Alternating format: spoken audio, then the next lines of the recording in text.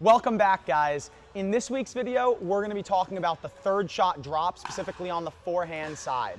So as we're looking to improve, this is going to be the most vital shot to your game. This is because if you can't get from the back of the court to the kitchen line, you will not be able to beat better players and keep improving. So we're going to talk about some tips, tricks, and things to focus on to help you guys improve your third shot drops now. The first thing to think about when you're talking about third shot drops is not our paddle, it's actually our feet.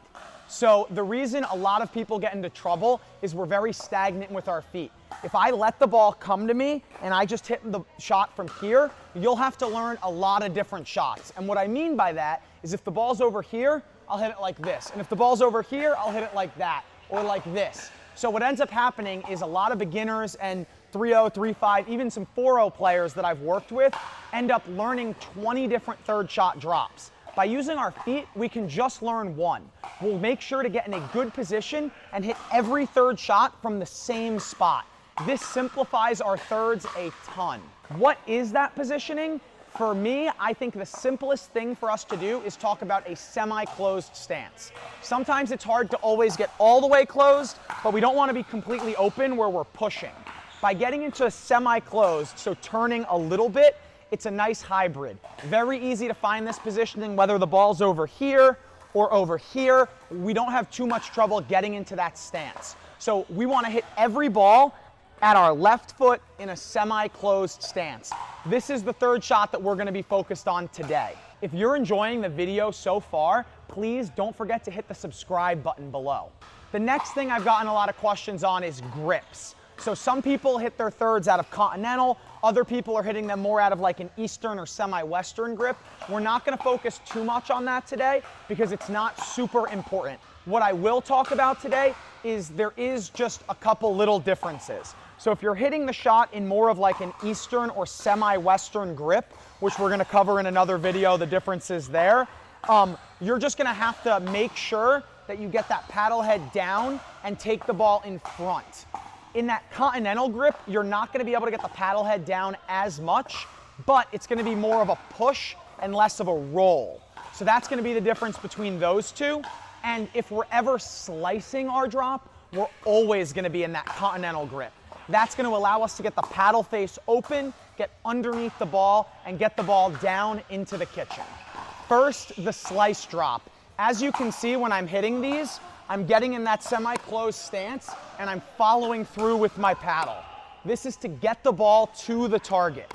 So I'm not going to stop short like this because the ball's going to fly, and I'm not going to take a big swing like that because that's a drive. So by following through to my target, I'm able to aim my slice drop, and that's what makes this shot so accurate and so easy to help us get in.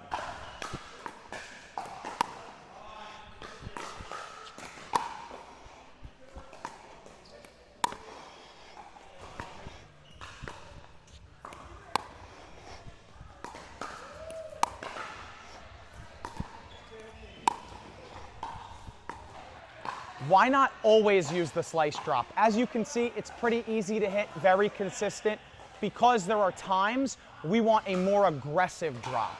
A couple of times that I like to use the roll drop is when my opponents are switching sides, or let's say I hit a really big serve and my opponents are slow to get in. For a lot of you guys, it may be when you're playing people that aren't getting to the line very quickly. The slice drop isn't going to apply a lot of pressure, it's just to get us up to net. The roll drop, on the other hand, is a shot that causes a lot of pop-ups and applies a ton of pressure. How do we hit the roll drop? So again, for me, I'm somewhere between that Eastern and semi-Western grip.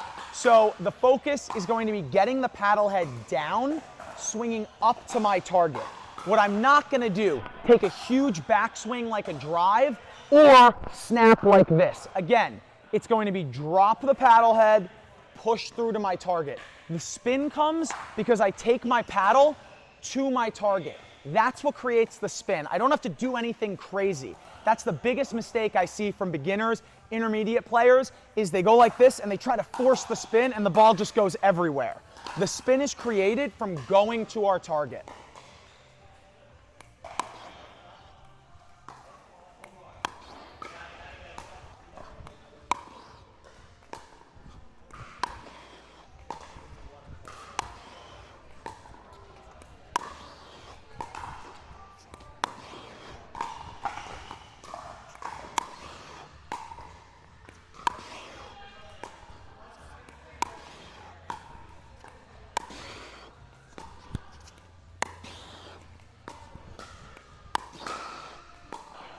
as you could see with both of those, the slice drop did not apply as much pressure to Jaden, but I was very easily able to get the ball into the kitchen bouncing.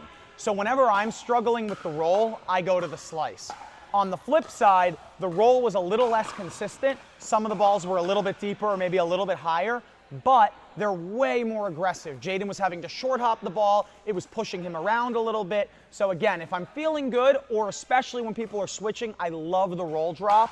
The slice drop is kind of that fallback that I always have there, and I use if my opponents are set and I'm just trying to get into the kitchen. A great example is on those big points at the end of matches. I see people lose because they're going for too much. Those are great times to get in and kind of work the point. So to wrap up what we talked about today, the focus was on two different kinds of drops on the forehand side, the slice and roll. We've gone over the benefits and drawbacks of each, but I think having both is the key. Not being stuck always rolling the ball or always slicing the ball, having two different tools in your toolkit. That's going to be a common theme with our videos. We're going to keep trying to add new tools and weapons to your game. So today, two of them, the slice drop and the roll drop.